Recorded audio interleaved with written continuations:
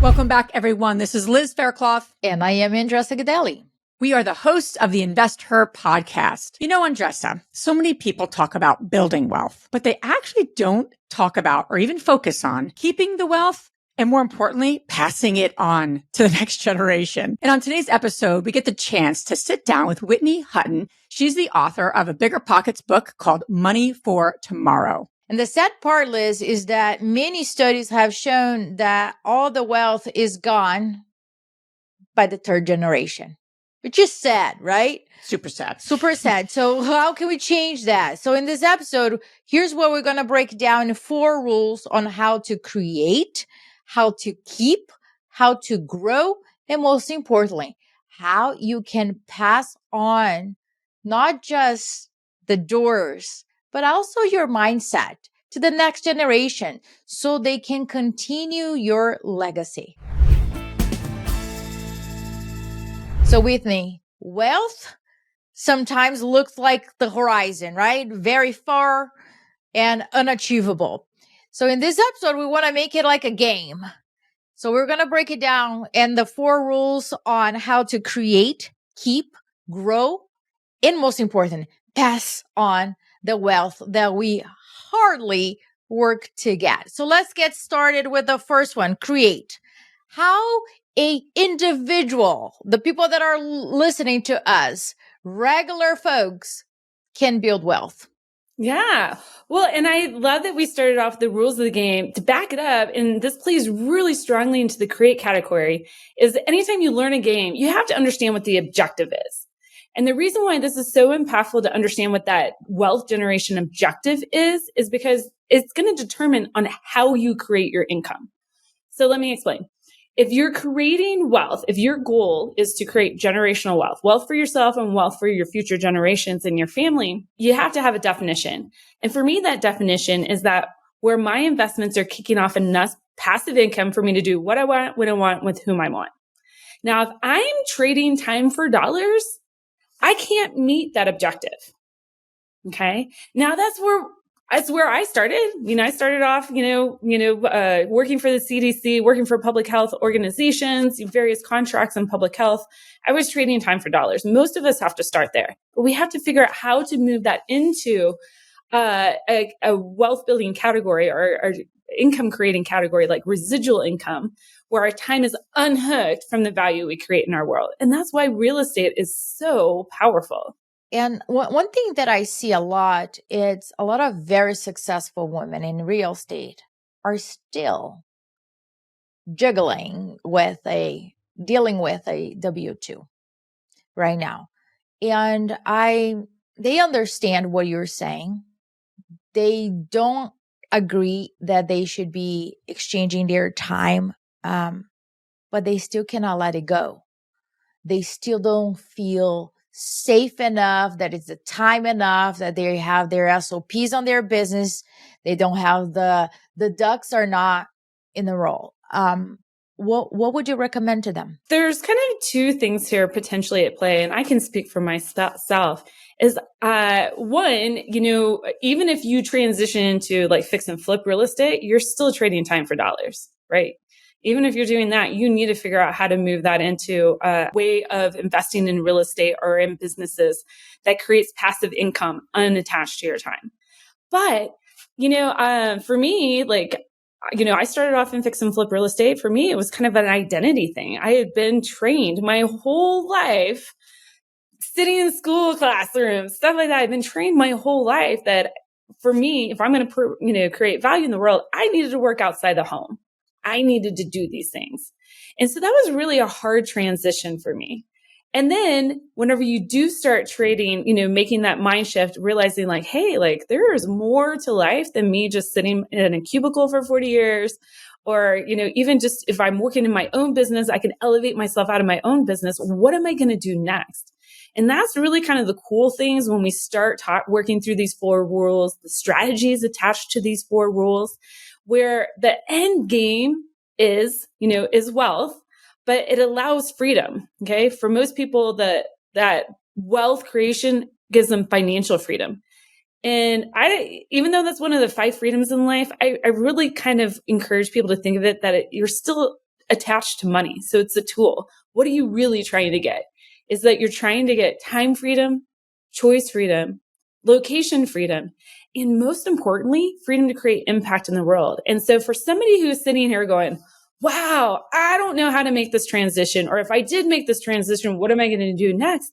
Think into that, feel into that, test into that. How do you want to create an impact in the world? It could be as easy as that you want to spend time with your kids at home, homeschool them. You want to create a business. You want to create a foundation. You want to work as an entrepreneur in another joint venture opportunity. The world is your oyster. Okay, Whitney. So, there's a lot of different ways to create wealth, which I know we'll circle back on as we continue on with these four. Let's go to the second one of keeping wealth, and walk us through some strategies, because that is a big issue for so many, right? They're buying property, they're doing this, but not keeping it. So walk us through a little bit of what is important in that step and what should women really be doubling down on right now. Absolutely. So there's 6 different strategies that people really should keep their eye on. Now, I just want to speak into one thing, because I know we're going to address it here in a minute, is most people want to jump right into growing wealth. They get really good at creating it. They get really good at growing it. But where they mess up is actually learning how to keep it effectively and pass it on. And that is, so if somebody's listening to this, they're like, oh, wow, I'm already like 10 years into building my portfolio. And I didn't address any of these 6 factors. Guess what? You're perfectly fine. You're not alone. Best time to plant a tree was 30 years ago. The best time to do it is today, right? So what are those 6 things? We need to understand how to utilize interest appropriately. Now, you can pay it or you can be paid interest. And there's some very unique ways that you need to look at leveraging interest in order to build wealth, but also make sure that you're not on the losing side of it. 2, you need to actually have insurance in place to outsource your liability. Now, as real estate investors, most of us, understand how to utilize liability insurance very well for our properties, maybe even have commercial liability insurance as well. But I encourage you to look at your own personal situation. Are you adequately covered on health insurance, auto insurance, disability insurance? Even as real estate investors, you should be guarding against losing your income for any reason. Umbrella insurance, life insurance. Okay. And here's the thing. You need to revisit these policies on an annual basis to make sure you're adequately insured. I have countless stories within my family, amongst my family and friends, of people losing, tens or hundreds of thousands of dollars just because they didn't make that annual phone call to make sure they're adequately insured. We also want to make sure that you are eliminating all the different fees out of your portfolio. Banking fees, credit and loan fees, those add up to tens of dollars, maybe a few thousands of dollars on each transaction. But if you're, contributing to a retirement account, you could be potentially losing 33% of your retirement portfolio or more over 29 to 30 years by being in a fee-based advisory situation, okay, or a front-loaded, type of investment portfolio. And then taxes. I'm not going to, bang the drum too much on taxes. Most people in real estate, that's one of the reasons why they got into real estate to begin with, is to eliminate their tax bill. Okay. So those are the big 4, that everybody should be paying attention to right now. Let me just pause for a second there. So what I see, I'll just share what I see. What I see, it's a lot of people consuming a lot of strategies, exit strategies, how to flip, how to invest in multifamily, how to, you name it. They do not invest a lot of time into understanding how to build a sustainable business. And those are the top, everything that you just said right now is related to the business itself. Do you feel that this is not an area where people are paying attention? It's just like a secondary thought? I think people do fairly well, paying attention to these things, controlling these expenses within their business. Where they get caught is that they don't translate these skills into their personal life. I have yet to coach an investor that has this 100% buttoned up in their business, where there's always things to maximize and optimize there. But when we turn to look at their personal balance sheet, how can they build their rock solid financial foundation so they're an unstoppable investor, not nervous in any market environment? I guarantee you they don't have these rules buttoned up. Why do you think that happens? If they know it's a muscle, right? They can do in their business, they can do in their personal life. Why do you think there is that gap? Maybe they don't know. Maybe they don't have time. Well, but hold on. If they did it on their business, if they implemented in their business, I don't think it's a lack of knowledge. Because then they know are you saying is a different type of knowledge, or it's a different type of skill set? They don't know that actually applies. So for example, if you're buying a real estate property, you're probably going to try to get the best interest rate possible. You don't want to, pay that high interest or even the fees to the bank, right? But on a personal situation, somebody might, have a personal loan out that they're paying an exorbitant fee to source. Maybe it's a high interest rate, and they don't know if they just paid off that loan, they could get a 40% return on their money doing that. They just aren't able to translate the skills on how to use leverage appropriately, which ones they should keep, which ones are actually working for them rather than working against them. It's easy because they've been trained to look at it at real estate this one way. But if we can shift the magnifying glass to themselves, they'll be like, oh, are you kidding me? Like, I need to get rid of all this. I'm like, yeah, if you got rid of that, those 2 credit cards that have small balances on them and this one loan, this one auto loan, that's a 45% return on your money. Yeah, it's interesting to think about people in one area doing it and not being able to translate it. Cause I'm like, that's how I think that way. So, like how can we use our HELOC so we can get that additional percent back to us, right? Cause it's like an investment in a sense, right? It's an investment vehicle. But I hear you, right? Because if you focus on one area, you might just be neglecting, certainly your personal world. The interest rate comment you made about how to use interest appropriately. Tell us a little bit more about that. I'm curious to get a sense of how does that help someone keep their wealth more appropriately? Is this renegotiating interest rates? Or are you talking about something in addition to that? Yeah. So let's take an example. A person, and actually I'll use myself. We credit card hacked at the beginning of this year. So that's a whole other strategy on like wealth building, but we took out a couple of different credit cards in order to earn a gaggle of points so we could travel, have our travel paid for essentially. But each of those credit cards had balances to them. We also took out, utilized our cash flow life insurance policy in order to purchase a new travel trailer. We upgraded. Our daughter grew out of her old one. So we had these, personal liabilities stacked up, but we also had a HELOC out for an investment, and we had a couple other things going on within the portfolio. We had another property in Northwest Arkansas. Do we keep the loan? Do we get rid of the loan? What do we want to do with this property? And so we had to go through and systematically look at each one of these lending situations. Okay. On the face, it seemed like we should pay off the credit card first, right? But on the face of it, the credit card, even though they were like 19 and 20%, interest rates, but on the face of it, once we started understanding the cash flow that was coming in and the minimal monthly balance on these that we needed to pay on these, what actually made more sense for us to pay off was the travel trailer. That gave us a 37% return on our money, then followed by the 2 credit cards, which gave us about 26 to 27% return on our money. And then it made sense that even though we had our full HELOC fully maximized because we were investing in it, because we were making cash flow on it, we shouldn't pay that off at all. But if we had just lined up, used Dave Ramsey's approach, like lined up the interest rates on everything, we would have paid credit card first, then the HELOC, then the travel trailer. We would have paid that all out of order and left an incredible amount of money on the table over that period of time. So instead of simply focusing on the how high the interest rate, what were the other factors that you took in consideration? Yeah, essentially the loan balance divided by the minimum monthly payment. That's going to give you an index, and you're going to line up that index. Now, you don't want to put in any extra payment you're paying towards those loans, but even just doing that simple calculation is going to help you line up which debt should be paid off first. Now, that's just one factor of the equation. If you have a debt like we did with our HELOC that's bringing in cash flow, that almost becomes a wash. right? We're going to table that for later for another, in our growth, rule, like how do we handle our investments?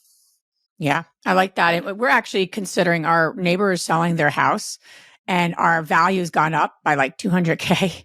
So we're like, okay, as soon as we get paid off for the HELOC with the loan we have out on it, or the lending opportunity we had, we're going to pay it off and then renegotiate because our value has gone up, right? So there's more money in this house that we could be using. So we're anxious for that, right? Even with a higher interest rate. Yeah, even with the high interest rate, because, say we have 100 grand to work based on the numbers we're looking at, we're looking at 200 to 250,000 to work. Now that's exciting, right? If I'm getting paid 10% and I'm paying it off at what, six-ish is where we are. That's a 4%, return for my money, right? Which is great. So, okay, so let's talk about growing the wealth. And I know you had some thoughts on that, especially when we talked about creating wealth. So walk us through that. Give us some examples on strategies and also the mistakes that folks are making right now in how to avoid that. So when we get into growing wealth, again, it's a separate skill set from learning how to create it and learning how to keep it, right? These are individual skill sets. So growing wealth, this is where you're going to kind of put your investor hat on. Like, how can I start creating that income that's unattached to my time? Creating wealth is where you're trading, trying to figure out how to make that shift, right? So in the growth phase, there's 7 pillars that I encourage investors to look at anytime you make an investment. How well does this investment protect my capital? Okay. Rule number 1, don't get knocked out of the game, right? That's what Warren Buffett tells us. And the reason it's not that you don't want to just lose your money. It's just that if you can, even if in 5 years you get your capital back, okay, yes, you have a little bit eroded to inflation, stuff like that, but you're not knocked out of the game as opposed to going into an investment where you lost all your returns and your capital. Okay. That's the worst situation. So how well does that investment protect your capital? How well does it create cash flow for you? Okay. Even a little bit in today's environment is great. Cash flow is pretty compressed in most commercial real estate categories. How much does that investment, how well is it going to produce equity for you? That can be natural market equity. It can be forced equity, meaning you're controlling the equity growth of that investment, or it can be natural pay down. Okay, you're outsourcing the loan to a tenant; they're paying down the loan balance for you. How well does that asset protect, or give you tax benefits? Use of depreciation, accelerated depreciation. Can you tap into bonus depreciation? Can you use 1031 exchanges? Okay, those are the 4 big ones. There's 7 pillars. Those are the 4 big ones. After that, how well can you use leverage? How well, does it hedge inflation? And how well can you leverage the expertise of an operator? Now, you can operate it, but at some point in time, you're going to need to diversify your portfolio or your business holdings, which means you need to bring in or partner with an outside operator. Either you're bringing in a COO into your business so you can level up and do something else, or you're, in the case of passive investing, you're going to, invest with multiple other operators. Or if you're just doing your own multifamily, you got to learn to, hire out property management. That is your operator. Okay. But those are the 7 key pillars there that you need to adhere to. What are the mistakes I'm seeing people make is that they're not thinking when they look at their due diligence, they're looking at how well does the due diligence checklist check off, but they're not thinking in terms of these various categories. And so I see people get into investments like fix and flipping, and they're so enamored by the equity growth that they're getting, but they're forgetting that they're leaving money on the table with cash flow, tax benefits. Maybe they're not able to, utilize leverage very well. They're in their business, so they're not able to leverage the expertise of others. And so that's where they kind of, we get back to the principle, like, what is it that you want? Like, what is the objective of creating generational wealth is to do what you want, when you want, with whom you want. Okay. Other things I think that have been very front of mind for the past 2 years is smart use of leverage. People have, put loans on properties on, both in commercial multifamily as well as self-storage and other assets that just don't match the business plan just all in the service of trying to juice a return. And so I think going forward, if somebody's looking to get into an asset right now, just take great care that you have the right leverage product, debt product on the property, because it cuts both ways. It can help us amplify our wealth. It can also destroy our wealth.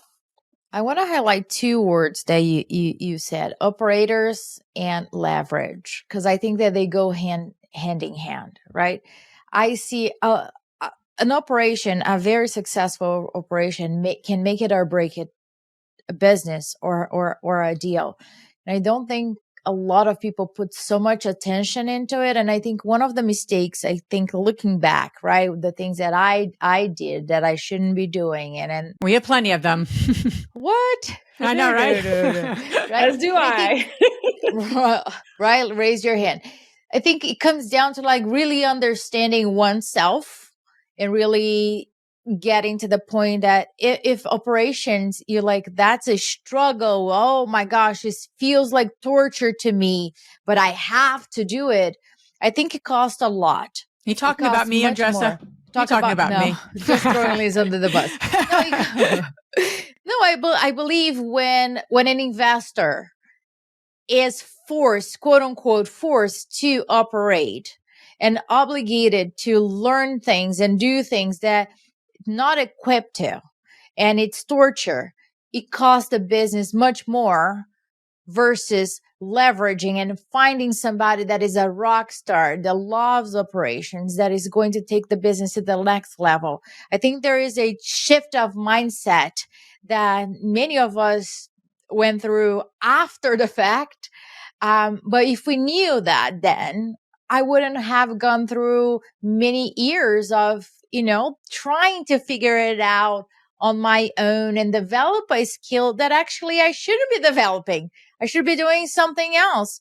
And I think that there is this gap. So the name of the game for all of you that are listening, really, operations, who is in charge of that? And is that person capable, has a skill set, a desire to do that? If not, leverage, because otherwise we are going to go to the fourth step here, which is pass on all your efforts, all of them that you had to create, to keep, to grow.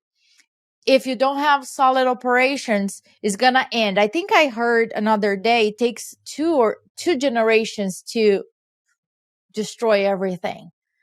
Can you imagine that? Like 3 generations from now, we will be gone, like disappeared, our assets. At least I won't be here. I won't really. No, I'll come back. You'll come back from the dead. That'll be good. I'll come back and we're not doing that. I'll be peaceful in heaven, You're gonna, and you're holding me back, and I'm like, I want to go back there. Yeah, you would. I want to go back there, but that's the goal. So my question to you is, what are the secrets for us to make sure it will be passed on? What do we need to do now to ensure that it will be passed on?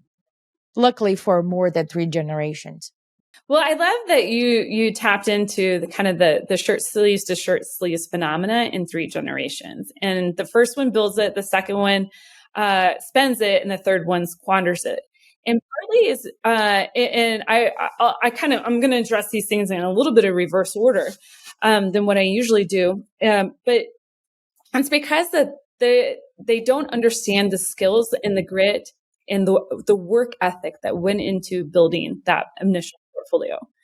And so there's a lot of conversation out there. I'm always enamored whenever I'm in these groups and speaking to various groups. A lot of people are wealthy or planning on spending their entire portfolio and dying with zero. I get that. But it means you still have to pass on the knowledge and the skills to them. It's like, good luck, adios. That's hard. Like that's fine. No, but that's fine. I don't know how I feel about that. No, I can totally see that. Lorenzo, like, what the hell? Exactly. No, but what you're saying with me is that you're passing on the how-tos, the mindset, the knowledge. Yeah, I'll tell Lorenzo that.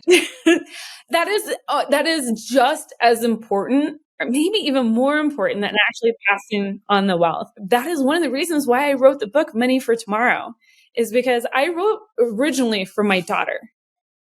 As I'm gathering all these different tools, I'm building the blueprint, I'm putting the various things in the various orders. I wrote the book that I wanted to pass on to my daughter. I had no intentions of ever, giving it to anybody, let alone publishing it.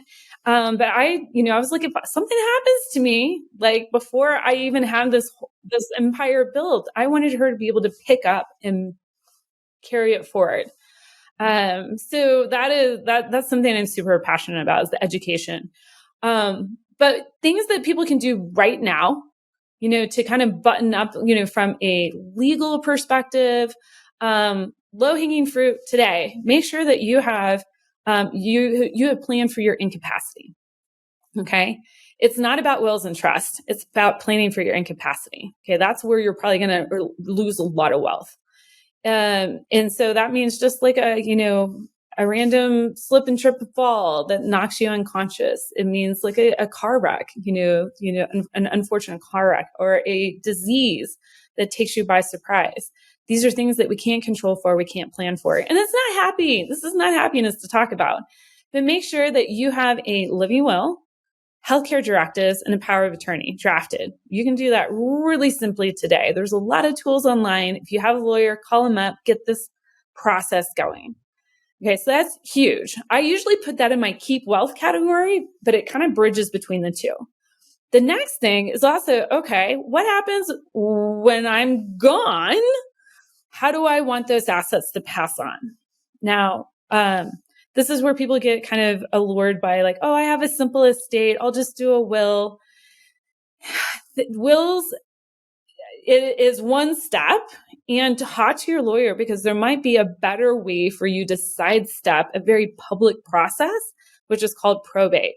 Because anytime you just have a will, you have to go through probate. It is no way around it. It is very expensive for the person who is having to do the probate.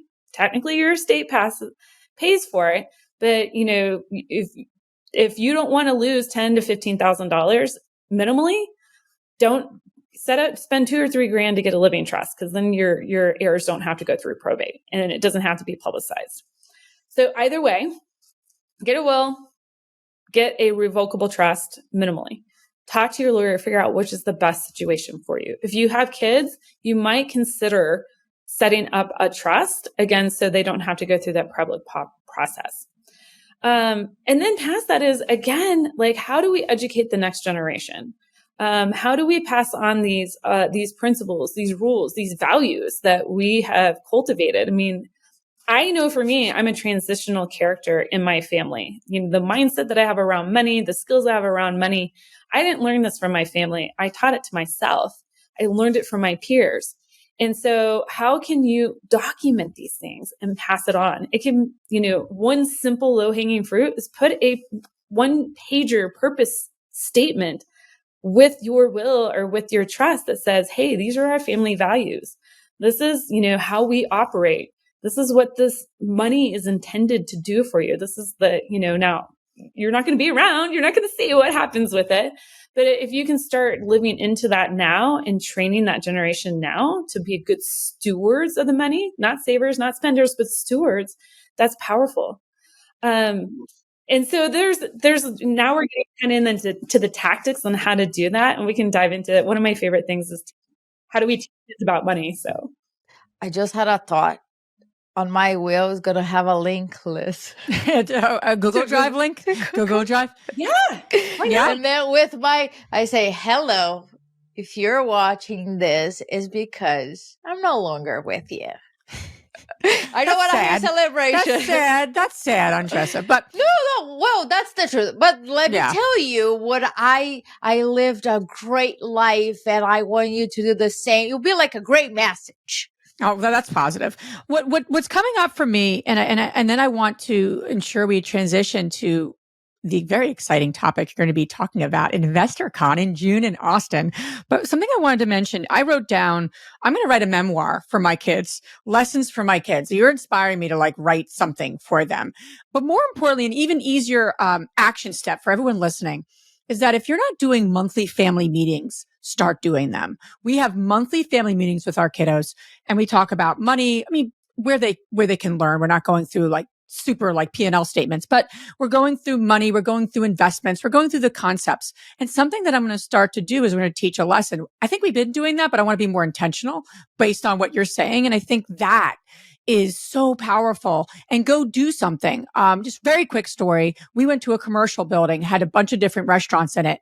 And we had the kids go around and like make believe they were measuring out the space and then say, what would you charge for that rent? Just so they could start to get used to, it was one building, it was like 7 different tenants, and they could start to get a sense of, okay. And then we're like, what are the expenses? And then we had this whole exercise. So why I'm saying all that is I love what you're saying because that's about passing the knowledge to them in real time.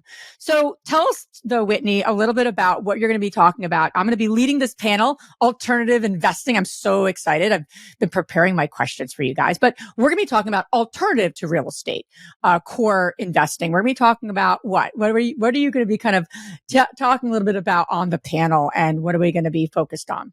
Yeah. So, we're going to be talking about express car washes, maybe tap into a little bit of multifamily self-storage, but also other things that I do, personally in my own personal portfolio, that help, create massive cash flow, like investing in businesses, investing in ATMs, stuff like that.